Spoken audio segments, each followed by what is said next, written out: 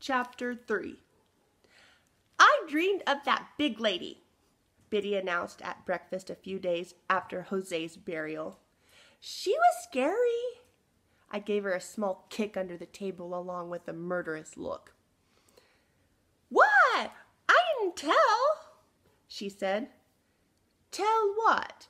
Nana asked, turning from the stove. I put on my best wide-eyed, innocent face, which was the wrong tactic because Nana narrowed her eyes like I had just robbed her jewelry box. As far as my father and Nana knew, we had only wandered into the Cutter's backyard and gotten distracted by Jimmy and Micah on the way to the rocket slide. Instinctively, I had not told Aunt Gacy and her little "let's bury Gwen" party. I was still thinking of the words accessory and crime scene. After all, my fingerprints were on the shovel, so I had scared Biddy into keeping her trap shut. Sometimes, I told her, criminals come back for retaliation. The image of Gacy Cutter coming after us sealed her lips as tight as superglue. Was there an interaction with Miss Gacy? My father asked, lowering the science journal he was reading. On the cover was a big and colorful picture of the brain, his most favorite subject. My father may have been a dentist by trade, but he was obsessed now with things like the brain's hippocampus and amygdala. In particular, how memory worked. Because of our father, Biddy and I knew the anatomy of the brain like we knew our times tables. Gacy Cutter, our Nana said, of all the people to get entangled with on your first day. Yes, I said, using a Vienna technique, deflection. Did you know she commissioned her own coffin made and she's not even dead yet? My father chuckled. Cuckoo, I added. Ken, you may sit down.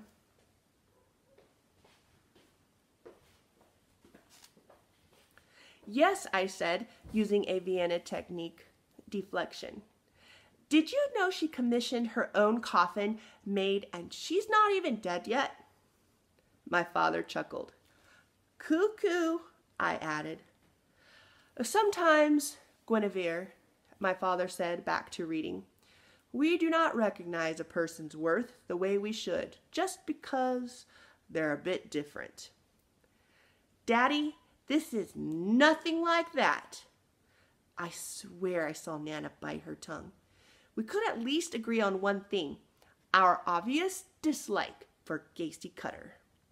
My father just chuckled again, still reading about brains, something I found most unfair since I was not allowed to read at the table. I looked down at Nana's heart-healthy breakfast, thick Oliver Twist orphan gruel. Did Vienna like gruel as a kid? I asked in my most pathetic voice. Now she eats pancakes and sausage every day. It's cracked wheat, Nana said. Gruel, you think you're Oliver Twist now? My father gave me a look. Do you always call your mother Vienna? Nana asked. Sometimes it's just easier that way, my father answers. Lolly says if we observe first, we can tell what to call her, I said. Mom doesn't always work out so well. Doesn't it? Nana said with a strained voice. Eat up. I took a bite, unable to swallow. If I had a real mother, I'm sure she would have added darling or honey after ordering me to eat lumpy, mushy gruel. Let's not dawdle, Gwen, Nana added, her back still to me. Great thinkers are often mistaken for dawdlers. I saw my father smile behind his journal. Well, think and eat at the same time. Land sakes, Nana said, then disappeared into the pantry. A sound suspiciously like that of a can opening echoed through the kitchen. What is that? I asked, swallowing abruptly. Beer? Guinevere, my father said. Really? I knew what was really in that can. It was a well-known fact that Nana was perfect. But I had recently discovered her one vice: Diet Coke. I kept the idea of bribery in my back pocket, should the need ever arise. But I was also dismayed at the thought that Biddy and I necessitated Diet Coke with breakfast in order for Nana to get through the day. Our father had asked us to try very hard to be good girls. Nana, he said, had become accustomed to living alone. Nana liked things just so and was trying to cook healthy meals so we wouldn't die under her care. Mothers, he said, bore many burdens. For example, I once overheard my father say that Vienna's condition was the great tragedy of Nana's life. But from where I sat, Nana should be happiest of all of us. She had at least had the best of Vienna. I grudgingly slid a small spoonful of mush into my mouth and looked up as Nana tidied the kitchen. She was wearing an iron shirt and jeans, a spotless kitchen apron, and clean and practical indoor house slippers. Nana reminded me of a perfectly tied bow. Even in New York when she'd visited, even without company, she was proper and polite. A woman who always buttoned her top button. Well, we'd better get going to see Vienna, my father said, folding his journal under his armpit. Thank you for breakfast, Nancy. What do you say, girls? Thank you, Nana. Carry over your dishes, he said. Your Nana is not to wait on you hand and foot. I carried over my bowl. Impulsively, I turned and gave Nana a hug. Oh, she said, fluttering like a pigeon. Thank you, Gwen. You're so much like your mother sometimes. Startled, I skedaddled out of the front porch, away from the comparison, and almost keeled over from an overpowering, foul smell. Biddy buried her face in my shirt. Oh, I thought they didn't have pollution in Iowa, I gasped. My father stepped onto the porch, inhaling deeply. Pollution, he scoffed. That, my dears, is the smell of home. Fresh morning manure, as natural as anything else on the earth. He straightened the rolled-up sleeves of his white dress shirt and tucked his hands in his khakis, a man content. I gave a dying breath for Biddy's benefit. Drama, Guinevere, he said. Too much drama. Instead of turning right and walking down Lanark Lane toward Gacy's house, we thankfully went straight ahead to Main Street. We walked half a mile on a dirt road, green fields on either side. Corn was yet again the sightseeing highlight, until I spotted a cow. Look, Dad, I said, pointing. Hint, hint, hint. That's a Holstein. I think you're more of a prize-winning Jersey. My father reached down and took our hands. He was happy this morning. Maybe because he loved Crow, Iowa, and maybe because this was the beginning of another great experiment with Vienna's mind. I was more resigned to our fate, but if my father was happy, I was happy. That's all I needed from Crow, really, even if nothing changed with Vienna. We reached Main Street, which looked like something out of an old TV show, and passed Arnie's supermarket, where a man with a white apron was sweeping the sidewalk. It's so quiet, I whispered. Where is everyone? You're not in New York anymore, my father laughed. Hello, Arnie, he called out. The man raised his hand in a wave. The little town was new to me, but we were greeted as old friends, and it surprised me how friendly my father was. We walked past a church, all white and sparkling in the early morning sunshine, complete with a ringing bell. Crow, my father said, has everything we need, and most things we want. Pizza, post office, Petey's Diner, a deli, a bank. Movie theater? I challenged. Better, he said. A library, which is next door to your mother, and I happen to know Miss Priscilla already has a stack of books waiting for you. I jumped up and down and pulled my father down the street toward the library until he stopped abruptly in front of a tiny gray house. It was vacant with wide steps and a blank sign hanging over the stoop. This is where I'm going to work. It was your grandfather's dream that I come back to practice dentistry with him here. Shame that he never got to see this day. Crow was small, but it had room for my father. Old Dr. Frank happily retired as young Dr. Jed, who had almost become an oral surgeon, became Crow's new dentist. A regular old dentist. It was difficult fact to reconcile. My father was not a quitter, but he had, right in the middle of oral surgery residency, after all that studying and test taking, because of Vienna. He'd never become the great surgeon he could have been. You could practice next door, he said, winking at me. I imagined myself in the law office like Georgia Pyle. Sometimes Biddy and I had helped out at the back of my father's practice in New York. Emptied trash, watered plants, cleaned dental instruments. Whenever she came in, she told me all her best law stories. Once, she said a man had cut off his own hand while trying to escape through a courtroom window. And when we left New York, she told me to write any time, scribbling her address down for me. I kept her note tucked in my jewelry box with my best treasures. Well, I'm going to open a yum-yum shop, Biddy said, and make candy and donuts all day. Donuts next to my dental practice? My father laughed. Well, at least it'll keep me in business. But the best part of this location is your mother is just down the street in a terrific facility. We can have lunch every day, visit familiar settings, get some exercise, associate with old friends. Neurons will form, rewire even. He turned and began to whistle, hands in his pockets as he walked down the street. I watched him a moment before moving. Maybe he was right. Many of the things we tried didn't work. But I knew my father. He was not a quitter. He was a man who fixed things. Officer Little, my father called out. Biddy and I gasped as Officer Little, a real-life police officer, actually punched our father good-naturedly in the shoulder and enveloped him in a great police hug, or great bear hug. So great to have you back, Jed. Let me get a look at your girls. He squatted down. None of this Officer Little stuff. You can call me Uncle Jake. He held out his hand to Biddy, who smiled. Aren't you just like your mama? I'd like to call you Officer Jake, I said, holding out my hand and admiring his neat uniform and golden badge. I'm very pleased to meet an officer of the law. After a solemn salute, he clapped my father on the back again. Girls, I could tell you some stories about my buddy here.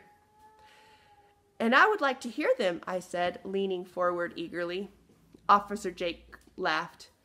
Now listen, you all need to come and see Susie, my wife. Number 4 is in the oven, about to pop any minute, and did I tell you? It's another boy. Susie's been crying for months. She wants a girl so bad. You've got to come by. She'd sure love to spoil some cute girls. Congratulations, my father said. I'm happy for you.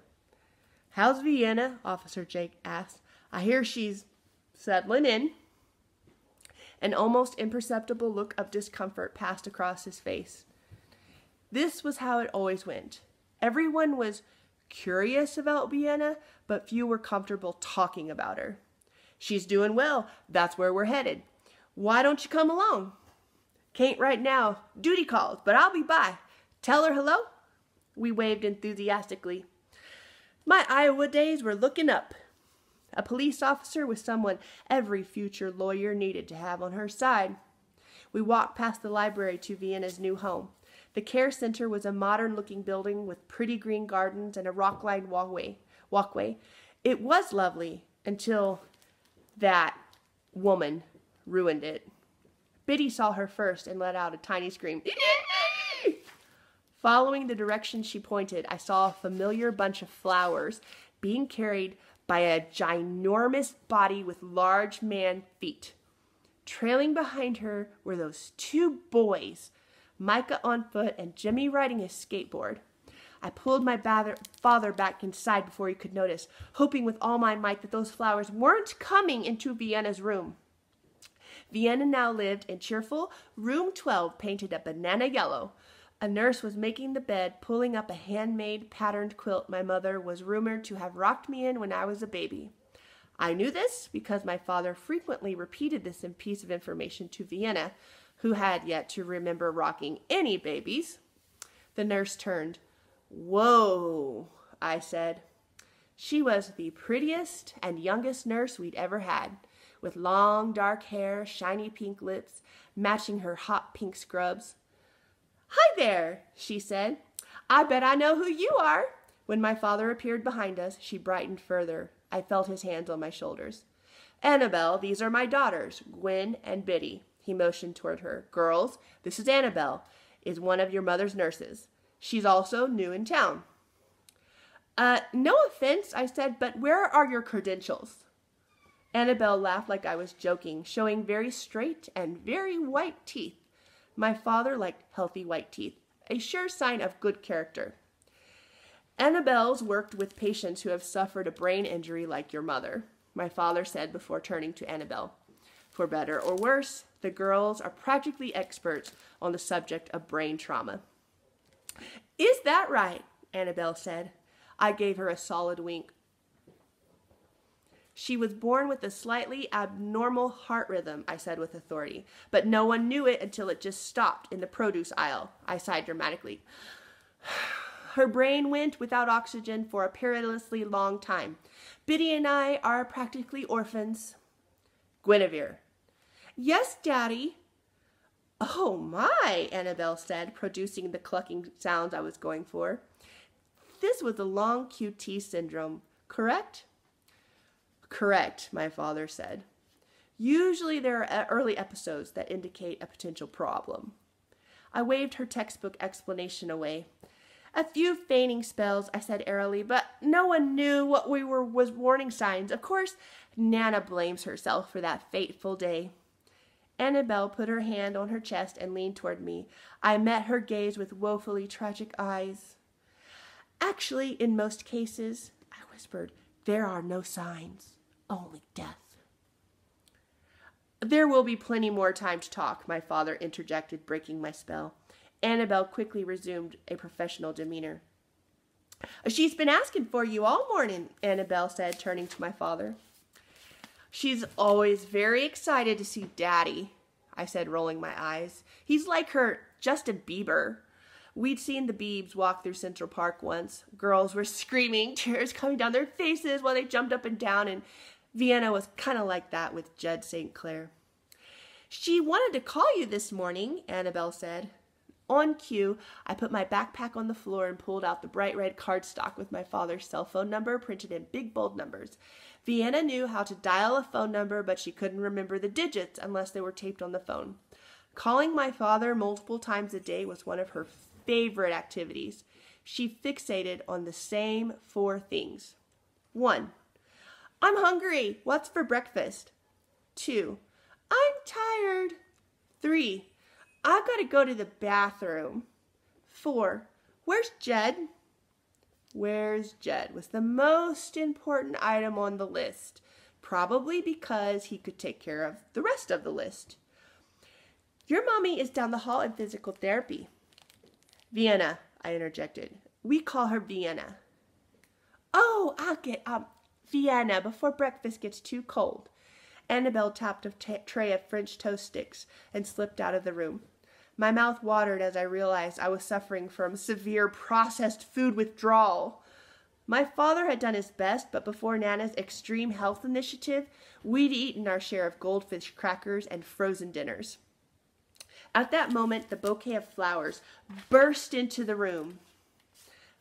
Biddy and I grabbed each other, but instead of the giant, out came Nana's blue seersucker button-up. Biddy and I exhaled, releasing our grip on one another. Nana faced me with her hands on her hips. "You'll never guess who I just ran into.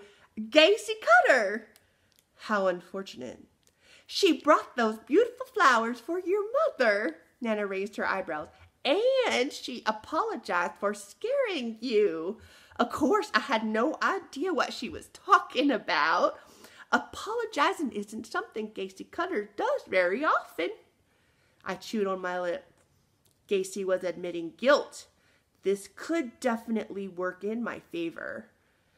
"Gwen," Nana asked, "what happened?" "I'm glad she's sorry."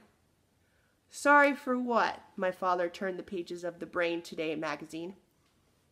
attempted murder. There was a pause between page turns. She buried my sister, Biddy offered. I stifled my scowl, realizing my sympathy was my best defense. Excuse me, Nana said, puffing up her chest. Gwen, what in the world? Well, I said, I guess I should have told you before, but I believe I have been manipulated. My father put the magazine all the way down and squinted at me. Manipulated. Exactly. She made me do it. Explain. Dig a grave for Jose, the servant. Nana gave out a small cry. Jose, my father repeated. I'm not even sure what he died of. Maybe a baby diaper? I don't know. She said for sure he was dead, so I helped her because cremation is so expensive and because she kind of made me do it. But then, I pushed on, she made me get in the grave so she could bury me with Jose, but it wouldn't help me get out. Luckily, I escaped and saved Biddy. Wait, Jose, Nana paused, her hand wringing. Isn't that the servant? I said. Jose, my father said, is the dog. I let this sink in for a minute before jumping onto my chair. The dog? I yelled. Jose is not the dog. He is indeed the dog. Well, why didn't she just say so? I kicked my chair and my father caught it before it fell over. A prosecutor, he said carefully, asks the right questions and gets the facts before presenting them to the jury. At this personal insult, I burst into tears. Gacy Cutter told me to climb into the grave that was really, really deep, I blubbered, and I swear she was going to put that dead dog on top of me and bury me with it, and I couldn't get out, and she wouldn't help me, and she wanted me to die, and I hate her. Gwen, Nana said, language. Hate is a very strong word, my father said. That's why I used it. Guinevere. Sorry, I said, wiping my nose. Vienna says it. That is an utterly ridiculous argument, and you know it. Well, Gwen is obviously traumatized, Nana said, her face all pinched up. It's like history repeating itself. Trouble involving Gacy Cutter. You all haven't even been here a week, and look what I've let happen. She didn't actually say that last part, but by the look on her face, I could see that her brain was thinking it. And I suddenly loathed her, too. The way she thought everything was her fault. And not for the first time, I wished practical Nana would just cry or smash a plate. Come here, my father said, pulling me down to his lap. I leaned against his chest and inhaled the smell of his aftershave and starched shirt. She was scary, Daddy, Biddy said. He nodded. I'll admit, Gacy Cutter is an odd woman. One of the most unusual characters you will ever meet in your life. She's not, shall we say, easy to color with one crayon. Across from us was Vienna's bed, where her pink Love-A-Lot Care Bear sat. The two intertwined hearts on Love-A-Lot's chest stood for closeness and loyalty of true love. Vienna often pretended Love-A-Lot was Jed. Like Cupid's arrow, Love-A-Lot could create a crush in no time. And love will find a way, and if it doesn't, I will. Love-A-Lot was totally embarrassing. I frowned and folded my arms. You know what the brain is capable of, Gwen, my father continued.